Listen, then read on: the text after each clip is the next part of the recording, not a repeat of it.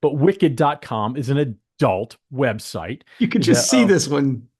I don't want to say that oh, you see it coming, but what are you going to do? wow, the jokes just write themselves.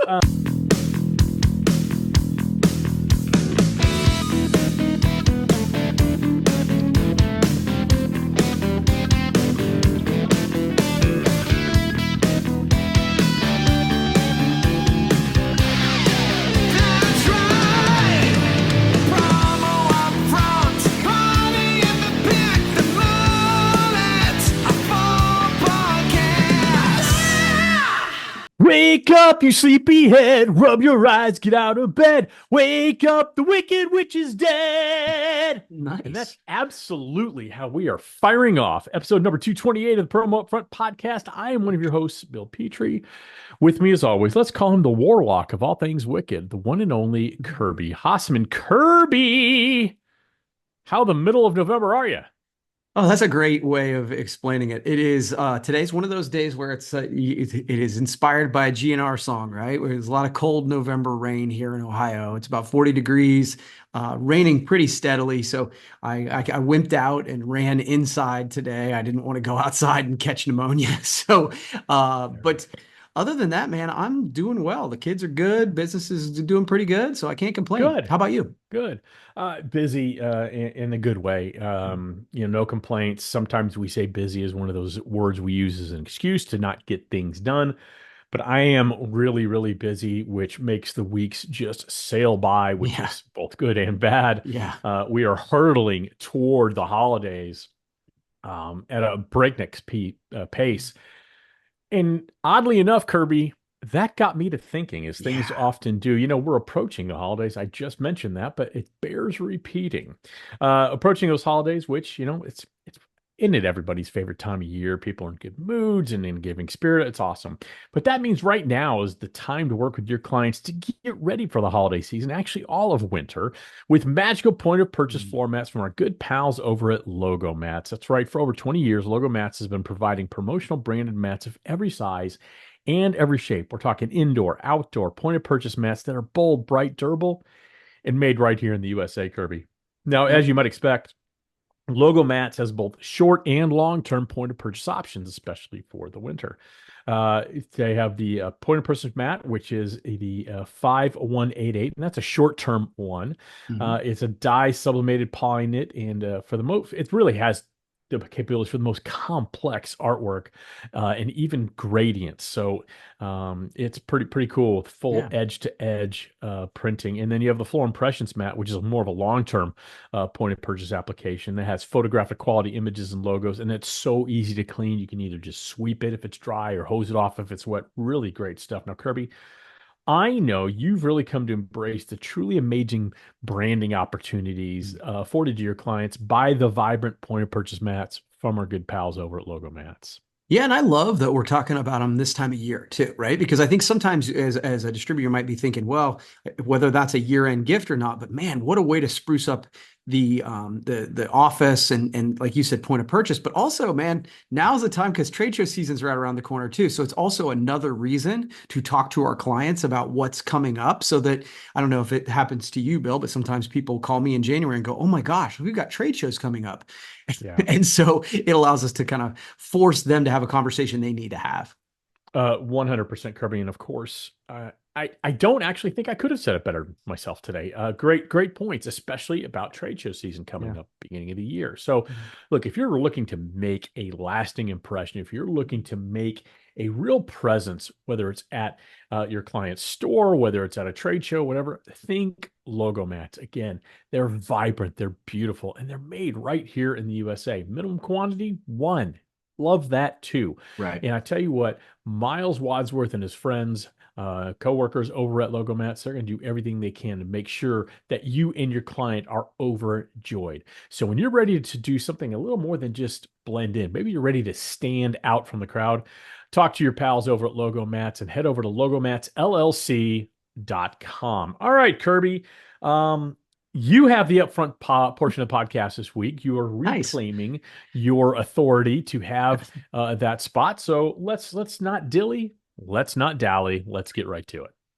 Yeah, and credit where credit's due. You've taken the last 3, I think, weeks, and I appreciate it because I was like struggling to have topics, and so you were kind enough to All good. do that. So it's interesting today. I think I've realized that I've had this conversation several times in the last week or two, and I thought it might be a cool one for us to have. So, um, we mentioned trade show season's coming up, right? ASI Orlando's coming up. PPAI Vegas is coming up. And the sort of the analogy that I was thinking about was recently Amy and I were looking at properties down south, right? And we were looking in kind of 2 different areas. And Amy posted that, hey, do you like this area better or this area better? And so, of course, she asked the internet. And it was funny because people were really passionate about, oh, this one is definitely better. This one's definitely better. And something came to me was that these people had not been to both places and preferred Mhm. one over the other. They just happened to go to this one and that was their favorite, right? And Yeah. so the way I bring this home is I've had multiple people ask me, should I go to ASI Orlando or should I go to PPAI Vegas? And my Mhm. default answer tends to be You're right. PPAI because it's what I do. But I Right. don't It's think what you know best. It's what that's you know best. right. And I can and so what I thought, I know that you've done both. Now, what I'm not going to ask you to do is go, oh, this one's better than the other. I'm not going to put you on the spot in that way, because I'm sure both shows are good, really good. Um, but I thought maybe we could talk about, sort of the what we like about each show, and maybe why we go to the ones we do, whatever. Because again, I know ASI puts on a great show every place they go. I just happen to go to the expo. So Yeah. I can kind of talk about why I tend to go to the expo first, if you want me to go first, and then I'm happy to go. whatever you want to do, buddy. I'm happy to go. Okay. And so I will kind of be, I think just try to be as authentic as I can be, which I always try to do. I'll be candid. Yeah. First of all, ASI always puts on a great show, as does PPAI. So let's leave that out of it. So to me, it's really a preference. It's Yeah. is maybe if you're on the East Coast, it makes sense to go to Orlando because it's a lot less travel. It's Yeah. easier to get to. Flying 5 hours to Vegas, 2 hour, 3 hour time change, that can be rough. So I Yeah. completely understand from a logistical standpoint why one might pick one over the other. Same thing for West Coast people coming to all the way to Orlando. To me, I think what it comes down to is 2 things. Why I would go to Expo over ASI Orlando. Number one is sheer size. Mhm. Orlando is a great show. It is a big show. It is a large show. But when you compare it to what is at Expo and the people who are at Expo, a lot of great people at ASI Orlando for sure. But Mhm. you have every single mover and shaker in the industry in Las Vegas for that week. Yeah. You have maybe 70% of the movers and shakers. Maybe it's 80%. Maybe it's 40%. I really don't know. But I'd say it's about 75% of the movers and shakers in Orlando. And that's a gauntlet, obviously, those folks have to run through. We Yeah. talk God about love that them. often as well. So I think that's number one, the size of it. So I like the fact that it's kind of at where everybody's at. So Yeah. it allows us to have those connections. The second is the timing. I Mm. absolutely flippin' hate the timing of that ASI Orlando show. I'm sorry. On January 2nd, I'm still trying to, it's like taking 3 weeks off from exercise and starting to run again. Yeah. I'm a little slow out of the gate. I'm Right. taking a few more walking breaks than I normally would. Yeah. I don't like the fact that January 1st, I need to get on a plane to be Yeah. somewhere January 2nd. So I've never liked the timing. I know that is a strategy. Well, I think I shouldn't say I know. That's not fair. I think it's a good strategy for ASI. Hey, we're first out of the gate. I think that makes a ton of sense. I do know this, that both ASI and PPI tend to be beholden by the convention center they are attached to and things like that. And there's always millions of other events and things. And they have to move things very quickly. So for me, I go to Expo. I choose Expo. It would be a lot easier for me to get to Orlando. Yeah. It Same. would, but I don't like the timing of it. That's just me personally. Yeah. And I like the sheer size and scope of Vegas. Honestly, I'll tell you what Orlando has that Vegas doesn't have. Hey, a little bit of cost effectiveness, because I got to tell you, over the past 15, 20 years that Expo's been in Vegas, the costs have increased dramatically. They've skyrocketed. So Yeah. it is no longer cost effective to go there and stay on property. You have to go stay, at the sadness that is the Excalibur or somewhere else down the road to save some money and Uber to the show, which I don't want to do. So those are my thoughts, Kirby. I would love to hear yours. Yeah, and I think that I had a feeling that our thoughts would overlap on this. Mhm. And it was literally, so I was having coffee with a person who hadn't been to either show yesterday. Yeah. And the timing was one of the things that came up. I'm like, man, it feels just so early. It's not that much earlier, but it feels so much It's not. earlier. So that is, the timing is a piece of it. Um, the size and scope of it, I actually could kind of think is a detriment. You know what I mean? Like I haven't been to ASI Orlando, but I think PPAI, it's a yeah, detriment to PPAI to yeah, clarify. because it's Okay. it's overwhelming, right? Like and It, so oh, it yeah. is. And so I think I would actually like the size of ASI Orlando a little bit better, just to see the show and not be quite so overwhelmed. But what the bad comes with the good on that is exactly what you said. All of the people who I want to see are in Vegas. All the people, you can get a meeting with just about everybody in the industry in Vegas. And then you add, like, I think that there's the education I've seen from a distance at ASI has been great. There's just Absolutely. more It's of it top notch. in Yeah. Expo. And then you add the final piece for me is probably, SKUCon, which is the Common SKU conference, is the day before. And so you just add all that together and I'm like, okay, that's the one I choose to go to. Your point is well taken though, man. It would be so much easier for me to get to Orlando. Oh, so, absolutely. so I guess I'm with you on all points. One thing I'll add, if you're talking to someone who's never been to a trade show in the industry, at least a large national one, and to me, there's three large national trade shows: ASI Okay. Orlando, PPI Expo, and ASI Chicago. Mhm. You could argue that they're large regional shows. I would say they're kind of national shows, both those ASI shows. Yeah. If it's someone who's first time in the industry or first time going to a trade show in the industry, Yeah. I would strongly recommend ASI Orlando, not because it's geared toward that entry level group, simply because of what we talked about, the size and the scope of it. Yeah. At least for, I remember the first time I went to PPA Expo, I just, my brain melted. Yeah. It was just overwhelming. Yeah. And I'm not sure that's the best first introduction to the industry. It's to the point where you're drinking from a fire hose the second you walk on the show floor. It's still going to be like that whether you go to ASI Orlando or ASI Chicago or whatever, ASI Fort Worth, doesn't really matter. I think just figuring out really what are you trying to accomplish there too. I think that's the other thing we didn't talk about. Yeah, good point. What are you trying to accomplish at a trade show? Yeah. If you're trying to get in and get out just to see new product, ASI Orlando may be the best bet for you. Right. If you're trying to network, if you're trying to really spend some time and maybe have some meetings with people who are difficult to see other times of the year, then maybe it's Expo. Here's the thing. Neither's a bad choice. Yeah, they're both are good excellent. shows. Both Yeah. have their strengths, both have their weaknesses.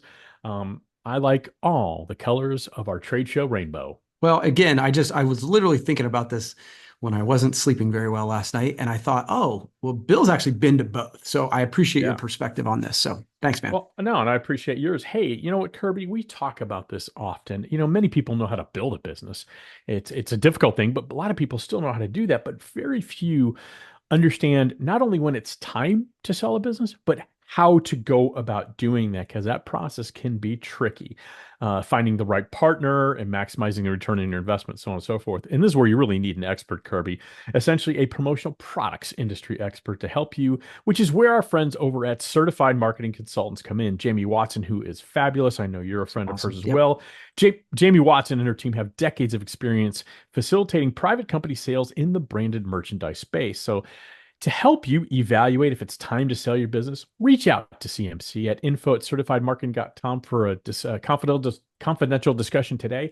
And hey, Jamie Watson's going to be in Vegas. You want to meet with her very confidentially? Email her at Jamie that's JAMIE, Jamie at certifiedmarketing.com. Jamie at certifiedmarketing.com. She'll set up a meeting with you to talk confidentially. All right, Kirby, I've got a couple things here. Let's talk about websites. Okay. We talk about website, that I think, I'm just going to lay the foundation where we agree. So I think we would agree that your website, Hasseman Marketing, Brandvate, whomever, it is your most valuable piece of digital real estate. It's not your social media accounts, which is what you would call rented media, which I absolutely agree with. You actually own that domain name, you own the content, you have full control over it. Yep. But I do have some questions that I'd like to kind of banter back and forth with you. Okay. How often, and why don't we go one by one, and Yep. then we'll wrap up.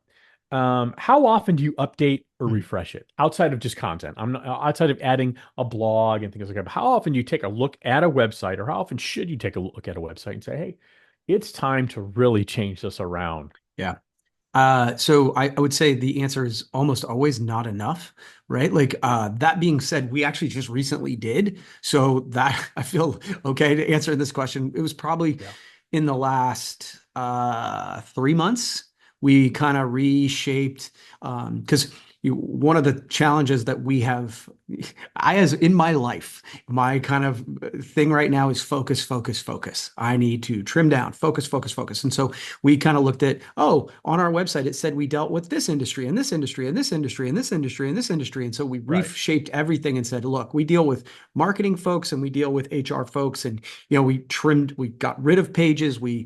Then by doing that, then we're like, oh, okay, so we need to change our lead magnets and all that stuff. So I would say in the last 3 months I would say yearly would be what I would say. Have I done that in the past? I don't know that I have. Yeah, I'd say about annually is right. I mean, trends change, the way websites view are changed. I know, what I think what ends up happening in it, because it certainly happened to me. You build a website, whatever the moment in time you build, the website is built, whether you build it, you engage somebody else to build it, the website's built. You like it, you're happy with it. You always want to, you're always playing with it a little bit. It's a living, breathing organism. I'm always a believer that a website is a living, breathing part of your brand. And so it needs to be looked at, refreshed, nurtured, so on and so forth. But what happens is, okay, I'm going to add a page here for this service. And you need to clarify this. And what it ends up being is Band-Aid over Band-Aid, or maybe a better analogy is I'm going to put another coat of paint on it and another coat of paint. Pretty soon you got 14 coats of paint in wallpaper. Wallpaper, whatever you want. So I think every 18 months to 2 years, it's about 2 years since I've really taken a hard look at the Brandivate website. I think it's starting to look a little dated. I think it's starting to not really, I think it still reflects what we do, but I'm not sure it's conveying it as well. And so that's kind of my next website project, is for me to do that. When is it time though to say, okay, no more Band-Aids?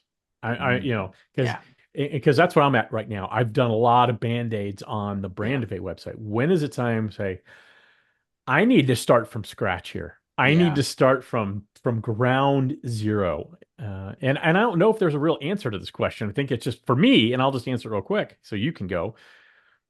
It's just when it feels like these Band-Aids, we're still bleeding, and I can't put another Band-Aid on this thing to stop that. Yeah. And I think that when you do those things, the other thing that happens is, I'm going to add this link. And then all of a sudden the link isn't working, and, 404, all and once a couple of those start to happen, I think it's time. I don't know what the date is. I do think when you look at it annually, you start to go, okay, it's been 5 years or whatever it's been. It might be time. The 5 years comes as a magic number to me, that it might be time for a revamp. But I think that, a little bit of art and science there, if that makes sense. It does. And again, I think it's different for everybody. I think, maybe it's 5 years, but to me, you do look at it annually. And here's a tip for you. If you are in control of your website, or you have a partner that is building it, if you don't on January 1st at the bottom of your footer change it to copyright 2005 or whatever the new year is, and it says right now, let's say we're in 2024 and it says copyright 2020, it tells me that you are neglecting that. That's immediately what I know.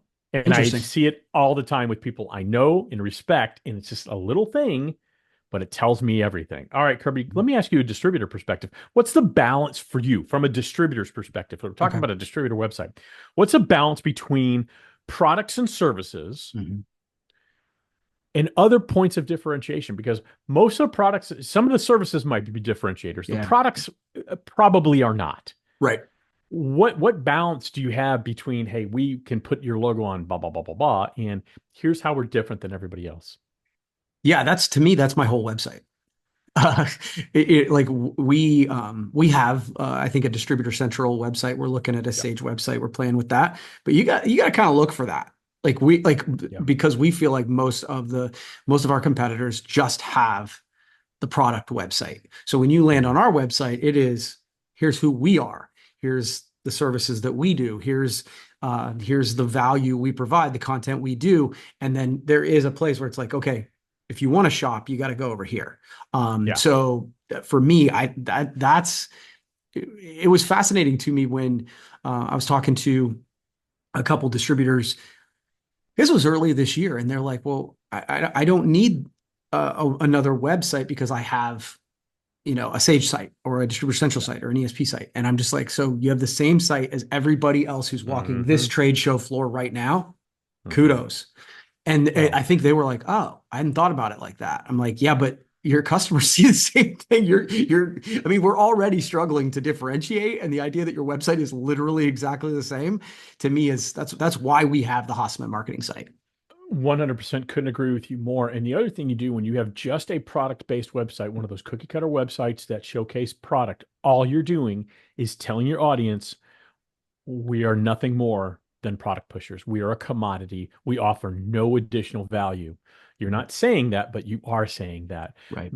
Couldn't agree with you more. I think you have a website that is built on what is our, I hate the phrase secret sauce, so it means we're going to use it. What's our secret sauce? What makes us different? Why would you use us? You answer that unasked question of why should I use you? Right. Of course, you should have an external link to a product website. You do have Yes. people who want to Yeah. have what we might call an Amazon experience and go buy that stuff.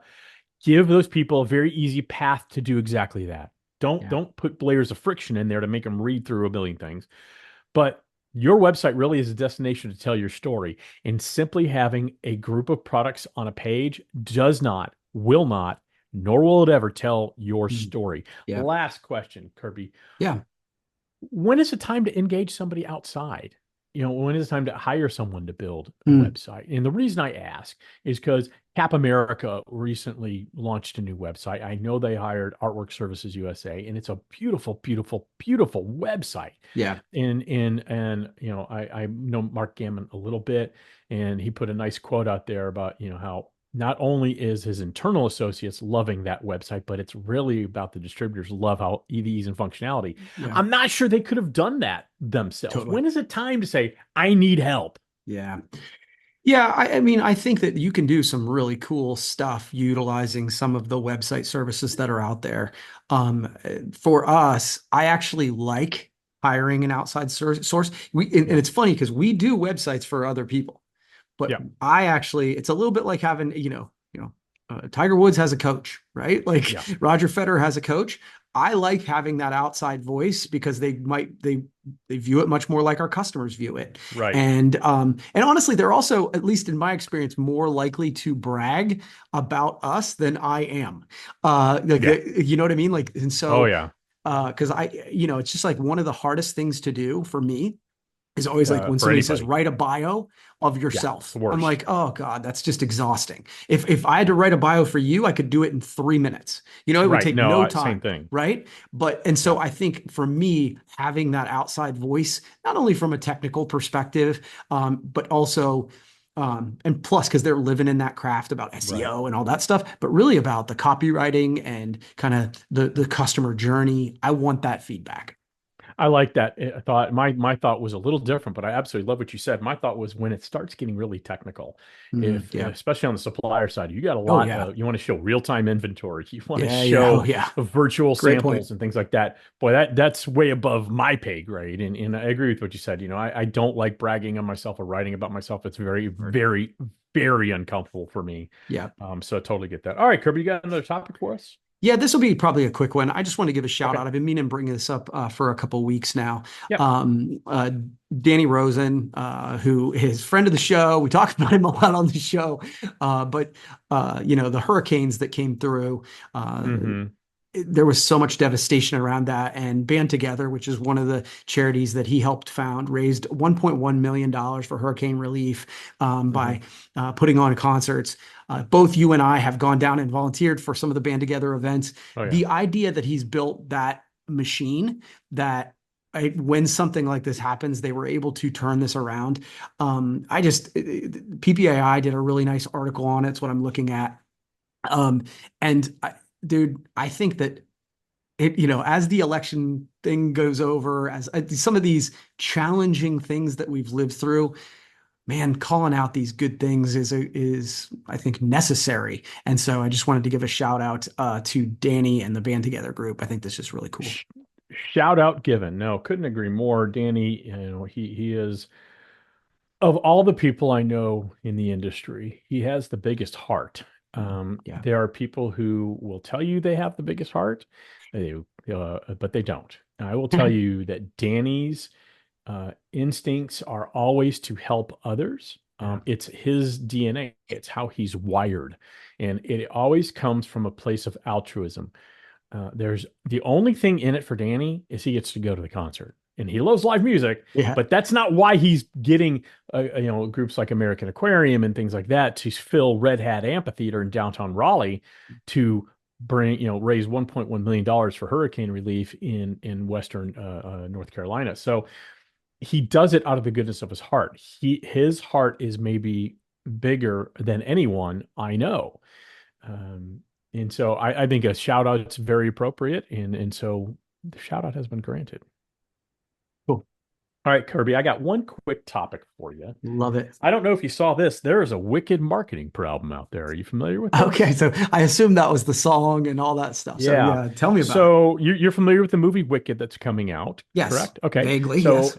It's a movie based on the Wizard of Oz, and it's kind of flips the script that the Wicked Witch of the West wasn't really that bad. She was actually the good guy in the story. Okay, cool. It's based off of a play, so on and so forth. But there's a big marketing machine behind this thing, huge marketing machine, and a lot of toys.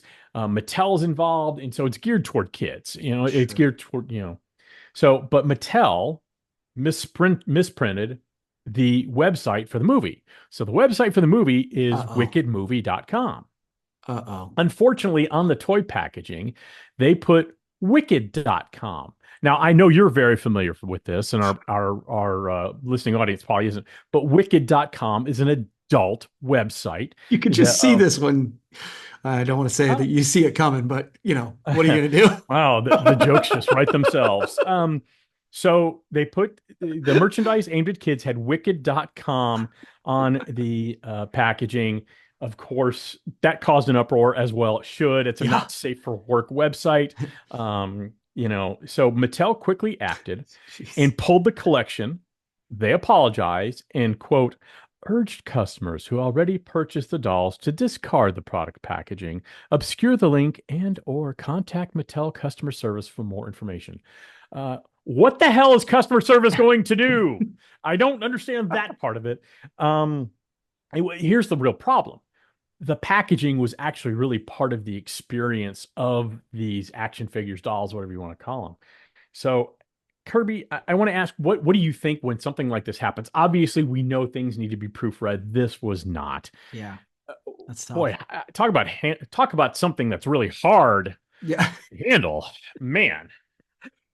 Yeah, so the only thing that pops into my head is that you said reach out to customer service. So maybe the reach out to customer service that they would issue send them a new one, and maybe you don't say that in the communication, because then everybody would reach out for new ones even if you didn't have it, and then there's proof of purchase and all that other kind of stuff.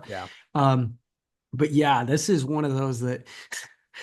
The toothpaste is out of the tube. Very much so. So I don't think there's a lot you can do other than, if you were trying to get the people talking about the movie. You did. Now, Mattel went on to further say, Kirby, parents are advised that parents are advised that the misprinted incorrect website is not appropriate for children.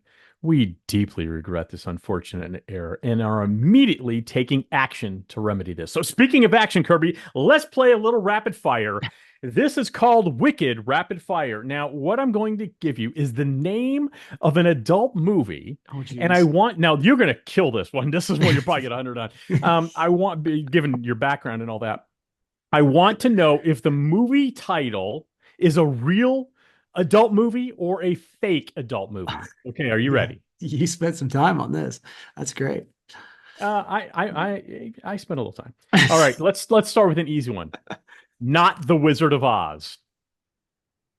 Okay, so let me understand the So rules again. I want you, is this a real movie that was made for aimed at adults Okay. in when they're doing mommy daddy things? Okay. Or is it something I just made up for comedy today? I would say you made that one up. I did not. That is real. Okay. All right, Kirby. Sperms of Endearment. If it's not, it should be. That's pretty funny. That is real. That is real, Okay. Kirby. Okay. Position possible. That feels like real too. That is real. Okay. I know this is you'll know this one. This is one of your favorites. Pulp Friction. I'm going to say not real. That is real. Okay. Forest Hump. Oh, that's got to be real. That is 100% That's real. low hanging fruit right there. Yeah. The Texas Vibrator Massacre. I kind of hope that one's not real, but It's real, Curry. okay. Um, So essentially, they're all real. No, I'm not done yet. Stop. Little Often Annie. Oh, that's real, right? That's That's yeah. real. That's Okay. gotta be real. Romancing the Bone. We've gone to a new level on this one. I'm going to say real. It is real. And I'm just asking questions, Kirby. There's Yeah. nothing weird, uncomfortable about this. Yeah, not at all. Young Buns. Not real. That is real. That is Okay, real, Kirby. so they're all real. Every No, I've got two more. I Know Who You Did Last Summer. Okay, that's got to be real. It is real, Kirby. Okay, Absolutely. You're killing it. Oh, Last one. Indiana Jones and the Temple of Boom Boom. Okay, so not real. That's real. All right, Kirby. Okay, so they were all real. I said I didn't know. I just compile the information, Okay, Kirby. all I right. don't make this stuff up.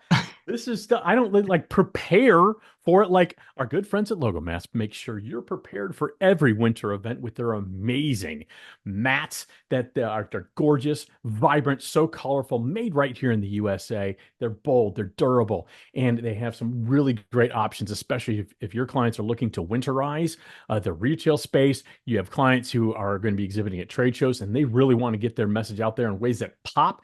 Minimum order quantity is always one, and they're not happy unless you're happy. So contact Miles Wadsworth at Logomats. You can visit them at logomatsllc.com. You're not going to be sorry you did.